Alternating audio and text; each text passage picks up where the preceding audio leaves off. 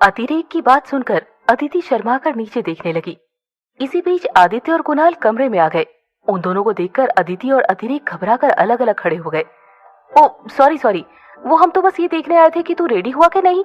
कोई बात नहीं, हम बाद में आते हैं। चल कुणाल, आदित्य ने हिचकते हुए कहा तो अदिति नजरें चुराते हुए बोली, अरे नहीं नहीं भैया, मैं तो बस जा ही रही हूँ, मुझे भी तैयार होना है। अरे तुम अब तक तैयार नहीं हुई? और तुम थी कहाँ? तुम्हें पता है मैं तुम्हें कब से ढूंढ रहा था?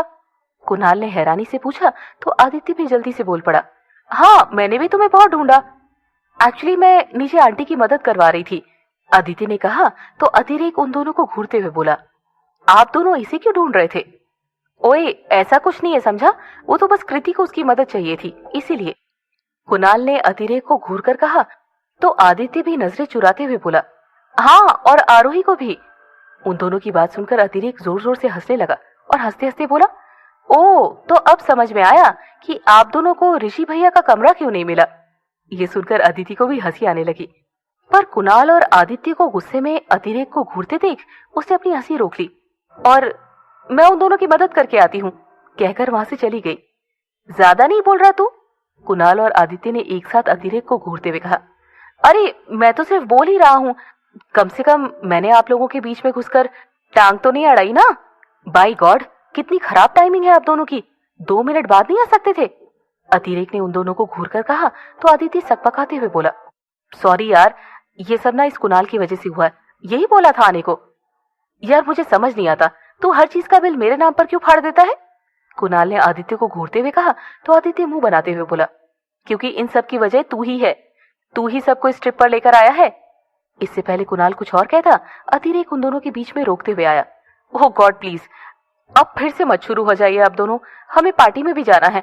हाँ यार चल, इसका तो काम ही है लड़ना, आदित्य ने कहा तो अतिरेक उन दोनों को हिदायत देते हुए बोला, अब से कोई किसी से नहीं लड़ेगा और पार्टी में सब गुड बॉय बनकर रहेंगे। मैं तो हूं ही गुड बॉय, आदित्य ने मुंह बनाकर कहा तो कुणाल उसे घूरते हुए बोला, और मैं तो पैदा ही गुड हुआ था। हे भगवान, कुछ नहीं हो सकता इन दोनों का, अतिरेक बड़बड़ाया और फिर उन दोनों की तरफ देखते हुए बोला, चलिए अब।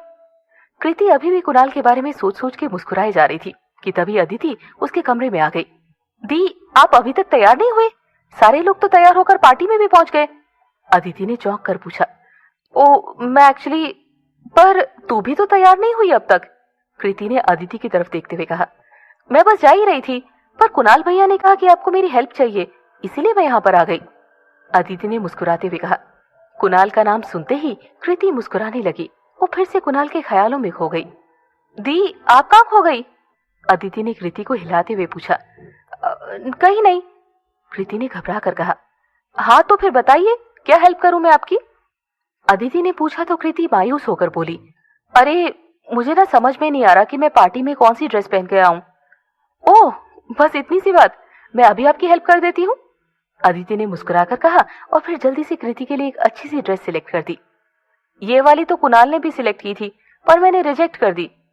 पता है कितनी देर तक बेचारा मुझे ड्रेसेस सिलेक्ट करके देता रहा, पर मैंने सारी रिजेक्ट कर दी, कृति ने कुछ देर पहले हुए वाकये को मुस्कुराकर याद करते हुए कहा तो अदिति हैरान होकर बोली, अरे पर क्यों?